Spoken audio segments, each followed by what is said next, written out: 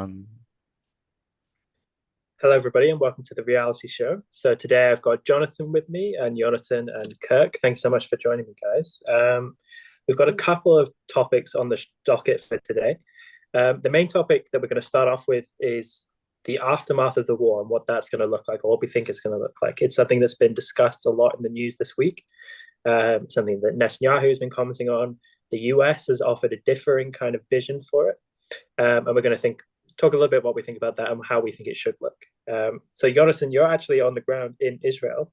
So, tell us a bit. One, what do you think about it? But also, how do people in Israel, as far as you can tell, how do they think it should work out? Yeah, thank you, Maureen. Good to be here again.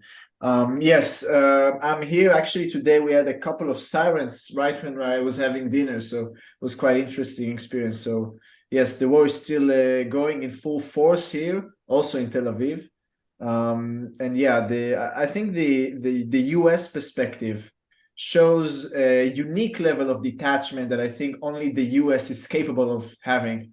So I would like to say before even we go there, I want to understand what the Palestinian Authority is. Because if they are really thinking that they can rule over Gaza, it shows us a very basic misunderstanding. So the Palestinian Authority is really an anarchy. And I'm a bit disappointed that our anarchist friends don't mention that as a good example of an anarchy. Indeed, there are various competing security forces inside the Palestinian Authority. You can find the newly founded Lion's Den, for example, a new security force. You can find the Hamas branch in the Palestinian Authority. You can find the Islamic Jihad branches that are scattered throughout the West Bank. Indeed, the Palestinian Authority does not have authority. So this notion that it is capable of having authority over Gaza is just bewildering to me and to us Israelis as well, if I speak more generally. They have the same education system as in Gaza. There's no difference between education in the West Bank and education in Gaza. They both teach you to hate the Jews. They teach you that Jews are the devil. They have the same laws. It's also illegal to live as a Jew. It's illegal to be a gay person in the West Bank, exactly as it is illegal to be in Gaza. They would also sponsor terror. They have many terrorists coming from the West Bank to Israel, and you can also make the case that it's even more dangerous to give them more of authority because they are so close to Israeli cities. There's a very big city called Netanya in Israel, which is about 20 kilometers from Tulkarm, which is a major city in the West Bank. And we have seen, I don't know how many of you have seen these videos of Hamas hanging someone on a utility pole, on electricity. They literally hanged public execution. They publicly executed one of their guys because he was a collaborator with the Zionists. And so much for the authority. Where were the Palestinian authorities stopping that? So just it's so bizarre to say that they would actually do something positive. This evil force. It's one of the worst countries in the world. So they are also saying what the US saying from the article you sent us, Morgan, that they are willing to negotiate with Hamas. And if you think that you don't really understand either history, you don't understand who you're dealing with, because they hate each other. The Palestinian Authority, they hate Hamas, and they literally had a civil war in Gaza where they killed each other in 2006. And when the Palestinian Authority already had authority over Gaza, it lost it to Hamas.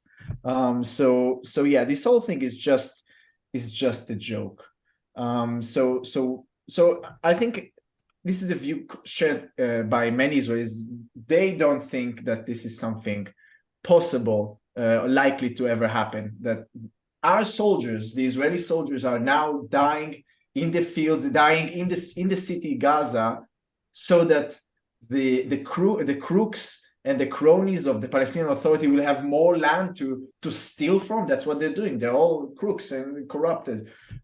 So no, I don't think it's likely.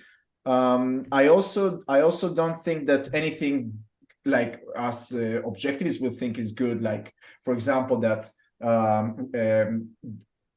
I think the best thing that should happen is a total capitulation of Gaza, and then followed by a demilitarization, and then re-education on Western values.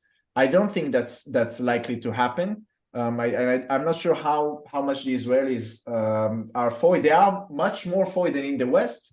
So I think what will really happen is somewhere along towards that direction, but not fully. So I think we will see a capitulation of Hamas if the US doesn't pull a stop or something like that. I think we will see a capitulation of Hamas, but it will stop somewhere in the way there. That's what I think. So we might go back to the same reality, unfortunately, or we will see something different. A new type, perhaps, of a private security force will arise. I'm of course cynical here. So yeah. Very good. So Kirk, same thing. What did you think about the statements that have come out, and how do you think this is going to end up? I'm not sure how this is going to end up, and if I'm being quite honest, I don't know what the solution should be, because I think we need to appreciate the fact that we're dealing with a war, and that with the war, there's really a lot of these decisions are very difficult and will probably involve people getting hurt and making very unpopular decisions. I think it's clear that Hamas has to go, but as Yonatan said, the Palestinian Authority is not a good alternative either. And from what I can tell, I think as Yonatan, am I saying your name right? I'm sorry. It's Jonathan. Okay. They're unpopular within Gaza, so I'm not even sure that's sustainable. And yeah, as we know, the Palestinian Authority and Hamas have a long history of conflict. So yeah, I'm not even sure if that's sustainable. And then it looks like the other alternative that's being put out there is Israel reoccupying Gaza, because another wrinkle to all this is no country really seems interested in integrating and absorbing Gaza within their own country. And I think the idea of Israel occupying Gaza and trying to de-radicalize the people of Gaza, I know that's probably very unpopular, including to a lot of people in Israel. I'm sure most people in Israel don't want to enlist young people in Israel to go and patrol Gaza, to transition them out of being radical to the point where where radical groups like Hamas and the Palestinian Authority manifest themselves politically. So I don't know what the solution should be, and I don't know what's going to happen. And I am sorry if I'm disappointing anyone, but these things are not really easy to gauge and answer. But yeah, sometimes you just got to do stuff you don't want to do, I guess. And that might be in the best interest for the people of Gaza and the people of Israel long term to occupy and maybe even set up a provisional government to where, and I'm just spitballing here again, I'm just throwing out ideas, where you guarantee religious liberty, where you guarantee a protection of private property rights where that's explicit, and where radical groups like Hamas, groups that call for the destruction of Israel, that don't acknowledge Israel's right to exist, those have to be prohibited by law. And that might take some time until the people of Gaza embrace better ideas and become more enlightened. Sure. And I mean, I think no one's going to say that this isn't a really tricky issue. I was talking about something similar with Michael on the show the other day, and Michael is kind of reluctantly pessimistic about the situation. I think he wants to be an optimist about all these kind of things, but I think for a lot of people, it's really hard to see how these things are going to come out. But Jonathan, so what do you think about all these kind of things, and what do you think about part of what's come out in these conflicting visions is a clash between Netanyahu's vision for it and the US? It's surreal to sit here in the U.S. in the comfort, of a big city, and opine about a war which Jonathan is in the middle of. And my heart goes out to him. We're lucky to have him giving us that on the ground report, if you will, and it goes out to the people who are actually in the middle of it. So it's surreal to opine on it, knowing that I'm safe, and the war, frankly, doesn't seem like it's over at all. Because the ideas persist. Jonathan mentioned some of those Islamic groups, the PLO, and I just feel like since I was a kid, I've heard about all these groups, one after the other, Hamas, the PLO, Islamic Jihad. I mean, they go on because the ideas go on and on.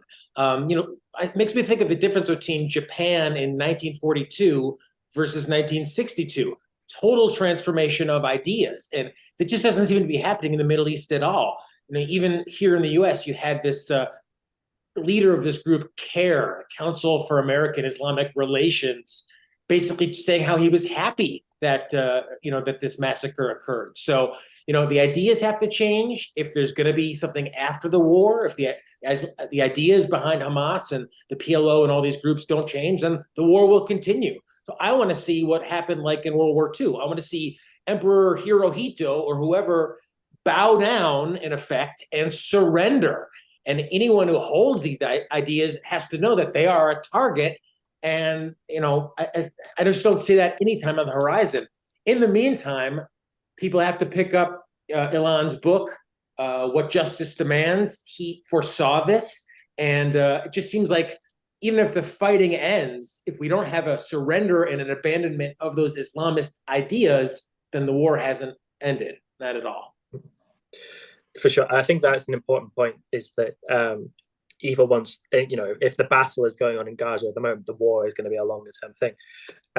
Not just with all of the holders of these ideas that in effect are opposing Israel, but just with the fact that Hamas's leadership is existing in Qatar and what's going to happen to them. I mentioned that Michael is a bit cynical about, or not cynical, but a bit pessimistic about how this is going to go. And unfortunately, I think my view on it is something kind of similar. Basically because these ideas are so deeply entrenched, the kind of anti-Semitism that is being butted up against with Hamas is almost like it's at a metaphysical level. That's how deeply held this kind of goes for them. There's that line that's been spoken about a lot in the media about, I think it was in the revised Hamas charter, about "with the trees will cry out, there is a Jew hiding behind me," and so on. All this kind of stuff. It shows just how deeply held this problem is going to be. And Jonathan, I think you're essentially right when you say that there needs to be re-education. But actually, if I try and pin down in my mind any concrete way that that's going to happen, I don't know, because it feels like there's going to be such a strong resistance to that I just don't know how you're going to enforce it. Now, as you pointed out, Jonathan, Japan in World War II was basically in the hands of this kind of cult of the emperor, right? So something similarly deeply held, and yet they changed. So there clearly must be a way in which you're able to do this. And perhaps it's just lack of knowledge on my part that is leading to this pessimism. But I'm struggling to see that in the long term. But then, so in the short term, I think Israel's probably going to have to. So Netanyahu's plan is that Israel is going to assume a security responsibility for Gaza, right? And there's going to be a security buffer zone, I think he said as well, around Gaza, which is part of what the US is butting up against. I really don't see how. Is that the end of a war when you have to live with the security? It just seems like if Israel has to live, if Yonatan has to live with these walls and with defensive rockets going up all the time, I mean, if rockets keep coming into Israel, the war is not over. Yeah. I mean, it's a similar case, which I guess is a good example, is North and South Korea technically have never declared peace. They just set up the demilitarized zone in between them, right? Technically, that war is ongoing. Now, the demilitarized zone, I guess, has been useful, but that's not a conflict that's ever ended. And if they set up something similar, then this is something that will just perpetuate. Dr. Binswanger, I'm sorry to jump in again quickly, and I'll shut up. Dr. Binswanger's line, Dr. Harry Binswanger's line, he says, the threat of force is force. So I feel like just sitting there knowing that there's this army amassing, throwing rockets at you, trying to sneak people in with bombs and stuff like that, that's force. And no one should have to live with that. And it will only get worse. The next conflicts, the missiles could be chemical, and it could be, all sorts of worse things will happen. October 7th will be even significantly worse. Then it has to happen. It has to end. Yeah, very much so. And so with the US kind of, I guess, butting against Netanyahu's plan for a security responsibility and for this buffer zone, I don't actually know how they can really do that, because what they've come out against is any reoccupation of Palestinian territories. And clearly that's to kind of appease a certain, pro-Palestinian faction that the US is wanting to appease. But I would not see that. I think if the US government were in the same position, I do not think they would be doing anything different in terms of planning for how this is going to go, so far as I could see. And I think it puts the lie against the idea that the US really has Israeli interests at heart. But Jonathan, I want to come back to you. So maybe just talking about the longer term aspect of this, because you mentioned re-education, because I think you are right about that. But how do you have any idea about how we go about achieving something like that? Well, they need to destroy first all the government aspects. They've already bombed all the government building, all the big symbols. It has to be thorough. The idea that they have been defeated has to be very thorough. And then we have to establish some sort of authority with people that we can have security control over. The IDF will see whoever gets in, whoever gets out. And yeah, enforce what kind of education system they have. Just enforce that. I don't see any other way. You can't just convince them to become Muslim. They have to suffer the consequences of their aggression, and we have to use forces. We have to use force in the battlefield. We have to also change their education by that. That's I think the only way you can do that. I think so as well. Do you think there's a risk? Because something that gets brought up a lot is that in effect, by using force, it's going to reinforce the kind of position they're already in. And that's obviously not something. I don't think if you really defeat them, I don't think that's possible. If you really crush them, they see the city destroyed. You see Germans, they see Berlin completely shattered. You're no longer doing the Hitler salute after that. You realize that this is defeat, this is destruction. I guess in a sense it's a bit more complicated because it's also about their religion, and you can't really convince them to be secular. And I think there's something about Islam that inherently supports violence against Jews. So in that sense, it is much trickier. But that's the direction you have to go. I think there's no other way. And again, I'll throw in another book recommendation, Nothing Less Than Victory by John David Lewis, an objectivist who's passed now. I mean, again, wrote about this. This book might be 15 or 18 years old now. Talked about to defeat an enemy so that they aren't just waiting, they're scheming to take advantage of it, to change the ideas. So Nothing Less Than Victory, John David Lewis, an objectivist, unfortunately is passed, but another great recommendation to Yonathan's point. Absolutely. That's not a book I've read, but I've heard a lot about it since the war's broken out, and it's one I'm looking to pick up. Kirk, I'll just come back to you. Do you have, is there anything prompted by just what we've been discussing about the future for this, do you think? Do you feel more? Go for it. Oh, well, we're talking about the post-World War II occupations of both Germany and Japan. And yeah, I was brushing up on that before coming on today. And both of those took multiple years. These aren't like short-term things. It's not going to take like a week.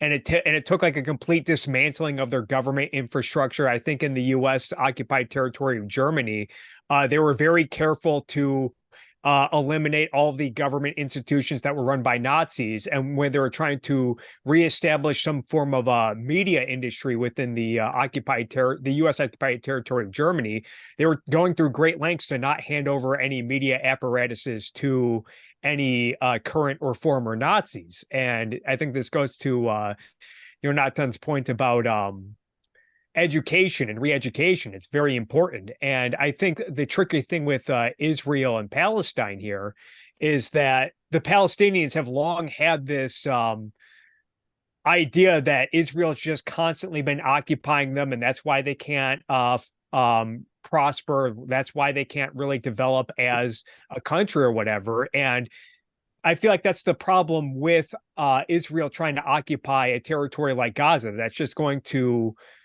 I'd imagine in their minds, it would legitimize the notion that, oh, we're just constantly occupied. We don't have any sovereignty. We don't have any autonomy. We don't have any control over our government or our destiny. It's just whatever Israel says. And it's like, again, I know that's uncomfortable. And I don't know to what extent Israel has been governing these territories properly prior to 2006 and whatnot, when Hamas was elected into power. But then again, what's the alternative? Obviously, Hamas can't remain in power, and the Palestinian Authority is not a much better, even if they are a better alternative. And it's from what I can tell, it's not clear that that would be sustainable either. But well, I did a quick Google, Kirk. There's 23 U.S. military bases in Japan. And obviously the Japanese aren't like, get these Americans out of here. They're occupying us. They're probably happy to have us here. I mean, could that ever happen in the Middle East? My God, ideas really.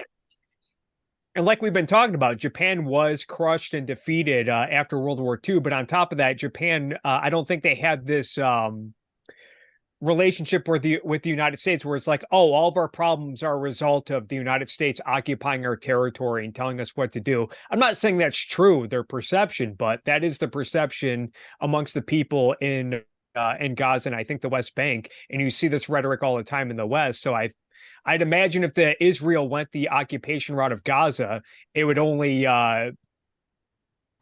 increase that tension. And I don't know how Israel deals with that. Can I jump in just quickly? I think another good idea is there are a lot of Palestinians who are pro-Israel. There are a lot of Israeli Arabs who understand that Hamas is evil. There's that famous son of Hamas. I don't know if you've seen him. He's really good. Israel can bring these people and to work with them, to try to work towards a better Gaza. And I think they'll be on board with that. So that's just an idea. That's a good point. And he is, I'm forgetting his name, but that guy who's the son of one of the Hamas founders is very, very good. Something, I guess, just the final consideration on this is because we're talking about the aftermath, I guess, from a perspective very localized to it. But one of the things that's been a big factor in the war has been the international response. And in the history of the war, something that I guess has put a lot of pressure on Israel into declaring ceasefires, and which is allowed to perpetuate. So how do you think we can go about getting it so that the international community actually recognize, even though a lot of the international community says that it recognizes Israel's right to self-defense, how can we get them on board in effect? Because the more they are as they are, the more difficult this is going to be for Israel actually to see it through. And I mean, Jonathan, we can come to you if you like, or whoever's got any thoughts on that. Yeah, Jonathan, go first. And I think it's not really possible to get the international community on board. It will only be possible if Israel, it would have been in the early days of the war where everybody was in shock, it would have been much easier to do that, if not possible. But I think eventually they will be against the side who is selfish, right? You have altruism always playing a big role in the public opinion. And Israel, when it seems as the powerful, as the country that is acting towards its self-interest, then it's the bad country. So and also we are Jews, so that doesn't help either. So I don't think it's really possible. I just think Israel needs to be strong and not think about it, because Israel, the moral foundation for any state is that it exists for the sake of protecting its own citizens. Israel does not exist for the sake of having other countries approve of whatever they're doing. Israel has to defend itself. Whatever other people think, it doesn't matter. That should be the main point, I think. And Jonathan, you look like you had something to say before. I couldn't have said it any better. I'll pass to Kirk and just to echo exactly what Jonathan said. Kirk, anything? No, I got nothing to add. Okay, no worries. I also basically agree with Jonathan. I think there are maybe small ways in which you can, make the points in effective ways and get people on board. But I think basically at the fundamental level is altruism and is this kind of thing, a kind of reverence for the weak, which motivates them. And until we get rid of that, I think basically the international community won't come on board. So I think you're right about that. But okay, so our second topic is to do with Joe Biden. He's obviously relevant in our first topic from the way that he's butting up against this. And part of the thing that we've seen in some of these articles that I sent to you guys is that his popularity basically, apparently surrounding the war in Israel his response to it has actually done him some good. So, I mean, basically what it seems like he's done is try to kind of walk the line by, saying that he supports Israel's right to exist and have some fairly strong rhetoric. So thereby appealing the pro-Israel side, but then also calling for ceasefires and doing all this peacenik stuff to basically appeal the left and the left of the Democrats, to the extent that he's able to do that. So, I mean, Jonathan, Kirk, you guys are on the ground in the US as well. What do you think about Biden? What do you think about his conduct, what he's been doing, and how do you think this? What ramifications do you think this is going to have for the upcoming election?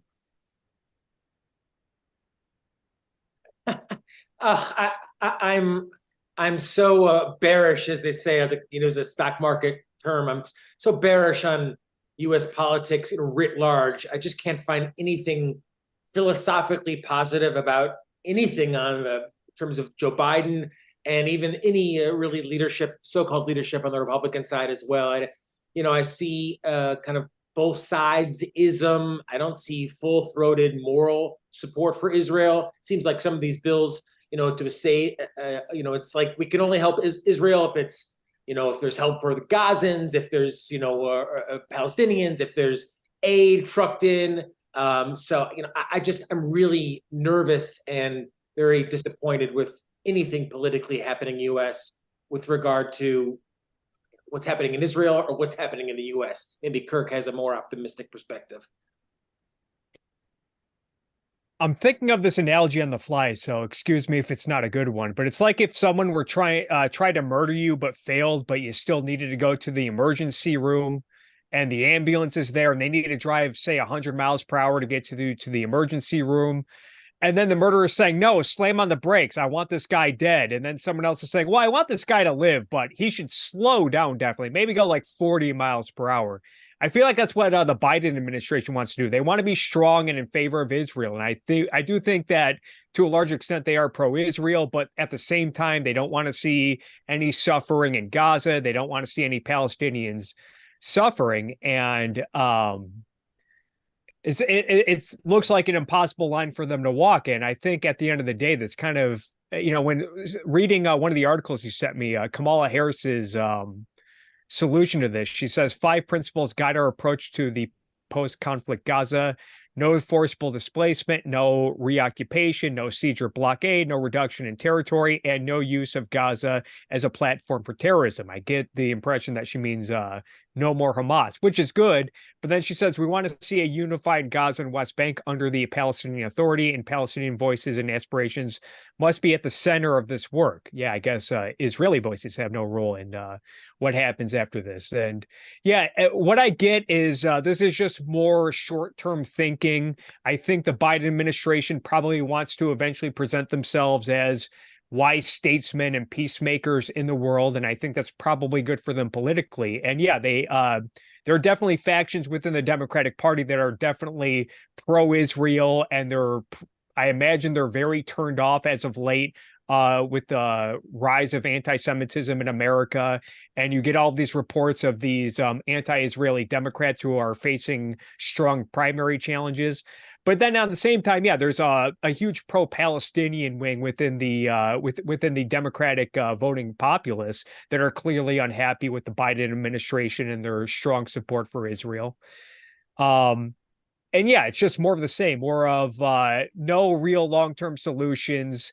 Just try to get this done as quick as possible and hopefully we can, please and appease all sides, which I think is not very possible in today's world. And yeah, as far as what this will impact on the election, from what it looks like now, judging on the current polling data we have, it looks like Donald Trump is unfortunately going to cruise to a renomination, to a victory within the Republican Party. And I think if that happens, Israel and foreign policy will probably become less of a pressing issue within the upcoming election. It's going to be all about Donald Trump and preserving democracy and January 6th and all of his criminal trials and all of that. It's going to be another anti-Trump election. And I think foreign policy will take a back seat, which is unfortunate.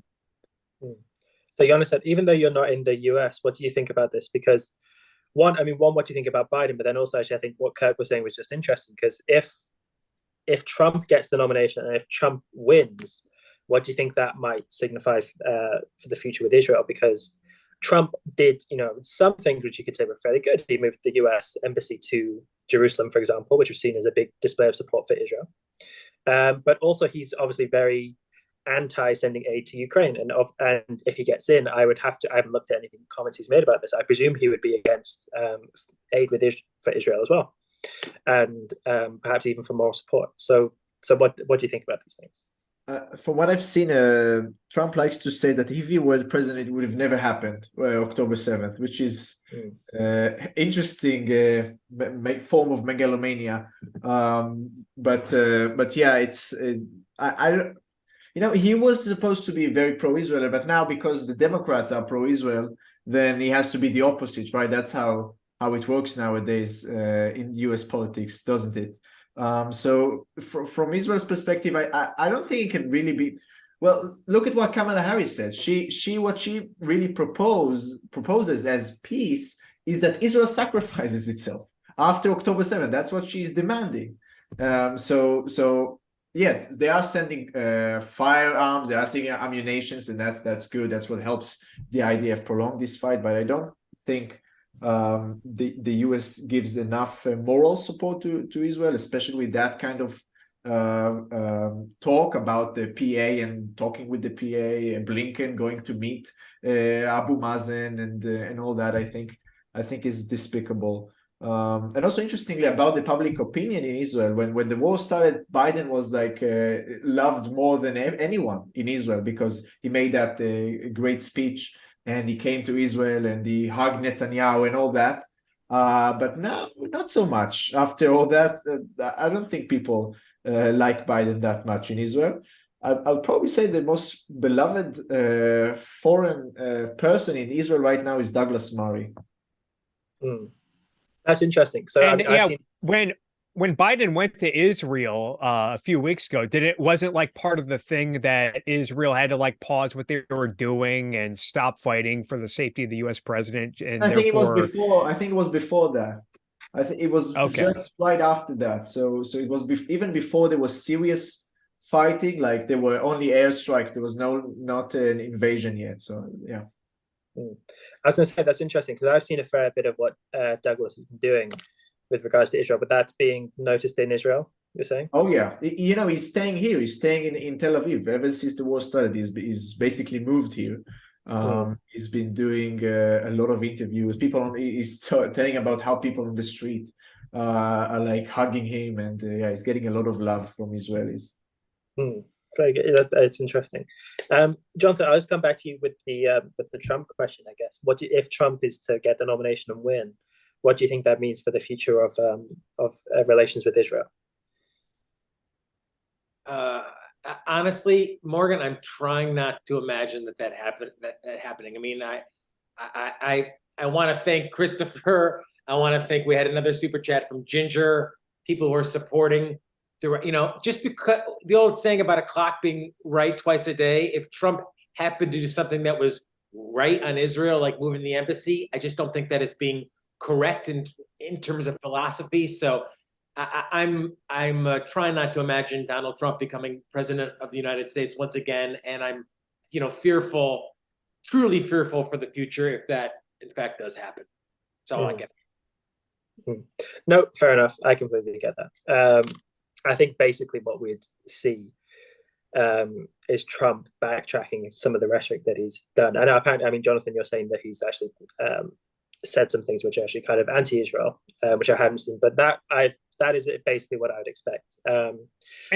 Doesn't this seem to be a recurring thing with U.S. presidents, from Jimmy Carter with the I think it was the Camp David Accords, and Bill Clinton with the Oslo Accords, and Trump with the Abraham Accords? Every time there's like this big agreement, this big peace settlement, it's like, oh, okay, now everything's going to be fine in Israel and Palestine from now on, and then crap happens again. Excuse me for my poor language there, but and then it happens again. It's like, oh well, let's see if we can cut another deal. Let's see if we can get more concessions. Let's see if we can get everyone at the table to negotiate a peace process. Then it happens. Then whoever's in charge, whether it's Trump or Carter or Clinton, this time Biden, it's like, oh, wow, this guy saved the day. He maintained peace and stability. And then it's only a matter of time before we need another negotiation and peace talk. If I can just say something about that. I agree completely, and it shows the basic lack of understanding of the Middle East in America, but the real responsibility is on Israel. We have to blame Israel for prolonging that for so long, and all the deaths. That's still a direct result of Israeli inaction, not the U.S. The U.S. should not be the sovereign here. It's not the country that U.S. taxpayers are not supposed to pay for my security, but my tax money that I pay with my dear hard-earned money, that should protect me, not the U.S. So that's something I was going to say was, I recently reread for the Edinburgh Ayn Rand meetup the essay by Rand called "Selfishness Without a Self." And what was really interesting about that essay is that kind of personality she's diagnosing was very Trumpian, right? And it's talking about how that person kind of fills the void in their soul with kind of the opinions and values of the people around them. And Trump did this thing where he moved the embassy to Jerusalem. And so nominally, what you might infer from that is that he's someone who's very pro-Israel, who has some kind of strongly held beliefs about that kind of thing, because it's a very contentious issue. Moving the embassy to Jerusalem, excuse me. And yet now I think if he came into office, I think he would probably do things which would be completely against that. And basically, I think because his party would move more towards a kind of isolationist perspective where they want the US to be less involved in international affairs in these kind of ways and giving less aid and giving less support and so on. So that was something that just came to mind in our discussions there. Unless we've got anything else on this topic, we'll go to the third one. Yeah. So this was something that Daniel showed me. So the Evangelical Lutheran Church in Bethlehem has unveiled a display of the nativity scene with the baby Jesus lying in rubble, something which I would have thought was an immensely poor taste, but there you go. Now, and so at Bethlehem, interestingly, something I hadn't even thought about, but which I guess makes sense, is that Bethlehem actually is residing within the West Bank, something I hadn't even thought about, but there you go. And even though there's areas of the West Bank of kind of disputed authority, as you were kind of saying, Jonathan, I presume that's an area under the control of the Palestinian Authority, I would assume. So what do you guys think about this kind of stunt of showing the nativity with the baby Jesus lying in rubble? But then, also something that I think has affected this conflict a lot has been Christian ethics, and something that we've spoken a bit about is the Pope and his role in criticizing Israel. So what do you think about this? And then what do you think about the Christian attitude towards this kind of thing generally? But even, Jonathan, will come to you if you like. Okay, this is a bit tricky. So yeah, I'm not sure exactly what's the relationship of that church with the PLO, though I think they do control them in a sense, but although they don't really control much there. So it's interesting, but that's like what that baby symbolizes. I think is the children of Gaza lying in rubble, right, from Israeli airstrikes. And they are the pure, the perfect altruists, sacrificing their lives for something great, a great noble idea of killing all the Jews. That for them it's a great idea. I'm not sure about these Christians in Bethlehem. I would also assume they don't really like the Jews so much. I would assume, I don't know that for a fact, but yeah, it shows how much support you get in the Arab world for that, and how much the people also in the West Bank, they don't really care about the fact that Hamas instigated that conflict by massacring 1,200 Jews. They don't care about it. They only care about the poor, suffering Palestinian babies. They only see the effects. They don't care about the causes. It's just completely disconnected, and it's really, really appalling. And so, Jonathan, what do you think about this stunt, and what do you think about the role of Christian organizations like the Lutheran Church or like the Pope wading into this conflict? And I'm not comforted by mysticism in this situation. I guess that's why I'm not comforted, by Trump or by any, those in the Christian faith who might be for a moment right on Israel. If we substitute Islamic mysticism with Christian mysticism, then we are just as screwed. So I'm really frustrated when I see, the same altruism that Jonathan refers to, bubbling up and dominating when it comes to discussion in terms of the Christian faith and whatnot as well. I mean, I think it's a question of mysticism versus reason. And if support for Israel rests on some type of Christian mysticism, ultimately, that I just don't see any, long-term progress at hand. For sure. And Kirk, same thing. What do you think about this, and what do you think about the Christian influence on these kind of things? I mean, isn't this convenience? Isn't this telling the way in which religionists, they want to selectively tell you when to bow your head and to sacrifice and to turn a cheek? Whenever it's politically convenient, whenever it's convenient for what they want, they'll try to use Christian morality and altruism against you to convince you to just, deal with it and don't stand up for yourself. Don't fight for your life. Don't fight for your rights and whatnot. And I imagine it's selective because was this same church? I guess I'd have to look into it. This is the first I'm hearing about it. But were they using Christian ethics when condemning Hamas after they attacked innocent Israelis on October 7th? It's a good question. I'm not really sure. There's a church near me actually that does these kind of stunts. They have this big billboard right next to the side of that church, and they paint political messages on them. One of them, which is frequently about Palestine. So there's a kind of, I guess, a strain of Christianity which is interested in these kind of things. And it's also noticeable. I'll just say, I think it's just so revolting when I see so many objectivists, especially here in the U.S., lining up to get behind Republicans, who are motivated by the Christian church. It seems so philosophically diametrically opposed. And Morgan, your point exactly. I mean, that turn the other cheek philosophy that I think is probably at the heart of it. I mean, Donald Trump, who Kirk, you might remember this, didn't he either have or want to have the Taliban at Camp David? I mean, he is the biggest appeaser I can think of. He went and shook hands with the leader of North Korea. He would love to negotiate a ceasefire with unbelievable butchers. I mean, I can't even think about what some of the color that came out this week of exactly what happened, the type of kind of unspeakable horror on October 7th, inflicted on Israel. So if Donald Trump's answer is to sit down and, Kirk, to your point, that good old Christian altruism of turn the other cheek, then no progress has been made. None at all. For sure. And I guess one of the things that said Lutheranism is not really a brand of Christianity that's very popular in the UK, but seems to be more prolific in the US.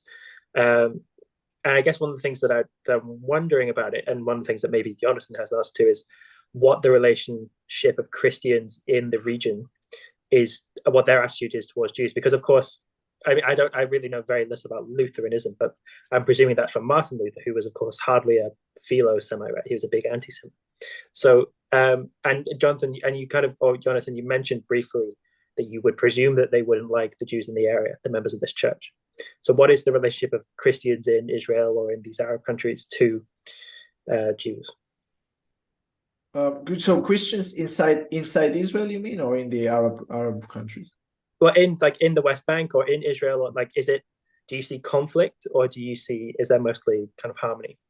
Well, I think the notion of Christians in the West Bank is more, well, there are Christians, but I think it's more for tourism purposes. That's why they keep them around. If they wouldn't be able to make money off tourists coming there, I don't think they would really want them there. I don't think they're very open to other religious views in the West Bank. One good example of it is that it's illegal to sell property in the Palestinian Authority to a Jew, and it's punishable by death. So speaking of apartheid, by the way, but yeah, I don't think they're very much open to religious views. I think it's just a contingency that that church is there, and that's where Jesus was born, so they have to be nice there to the people there. But I don't think in the major hubs, I don't think they want them to be with full rights, despite there's no rights there. So it's kind of hard to say. But in Israel, of course, it's very different. You can see Christian Arabs serving in the IDF. You can see, it's mostly Christian Arabs, fighting there in Gaza against Hamas. So inside Israel, it's very different. That's interesting. One of the books I was reading recently was about the history of anti-Semitism in the UK. And of course, one of the things about this conflict is we're talking about anti-Semitism primarily coming from a Muslim perspective, but talking about it from the UK, there's a strong kind of Christian contingent or Christian history of anti-Semitism. So one of the topics that's interesting to look into on this. So guys, I think we can wrap up the show. Is there any final thoughts on any of the topics we've had today? No super chats? Jonathan read a couple of them out. We only had two. We had one from Ginger for $10. So thank you so much, Ginger. And then $1 Canadian $50 from Christopher That's Smith. it, $1 Canadian. 150. 150. 150. You can do more than 150. Come on. Yeah, I'm trying to think what the most generous currency would be for them to give. I'm not sure which one it would be. Maybe Bitcoin. Who knows? But any final thoughts, guys? Anything? Or should we round it off? Well, since people have been recommending books throughout the entire stream, I'll also add again, I've mentioned this on previous streams on this channel, but Failing to Confront Islamic Totalitarianism by Ayn Rand and ARCUK. Great stuff in there. Yeah, I mean, I'll just say that there's so much objectivism has to say about this conflict that Ms. Rand has said, going back to the Donahue. If you can't get through the book that Kirk mentioned, if you can't get through Alan's book, if you can't get through Winning the Unwinnable War, which is a collection of essays from, I don't know, maybe 10 or 12 years ago, listen into Miss Rand's, 2-minute response to Phil Donahue on the Donahue show from, what was it, maybe 1989 or 1979, or excuse me, 1979 or 1978. Avail yourself to Miss Rand's perspective on this exact issue and learn about what objectivism actually has to say. Absolutely. Daniel's telling me that the Kuwaiti dinar is the strongest currency to donate in. So please, people, if you're going to give a super chat, do it in Kuwaiti dinars, please. That would really help us out. So I held up Winning the Unwinnable War in here. For some reason, my camera wants to key it out. I don't know. I tried. I'm sorry. But yeah, good book, Winning the Unwinnable War by Ayn Rand. YouTube doesn't want people to know about this valuable material, All right, guys. Thank you so much for joining me. And we'll see everyone again on Monday for the reality show.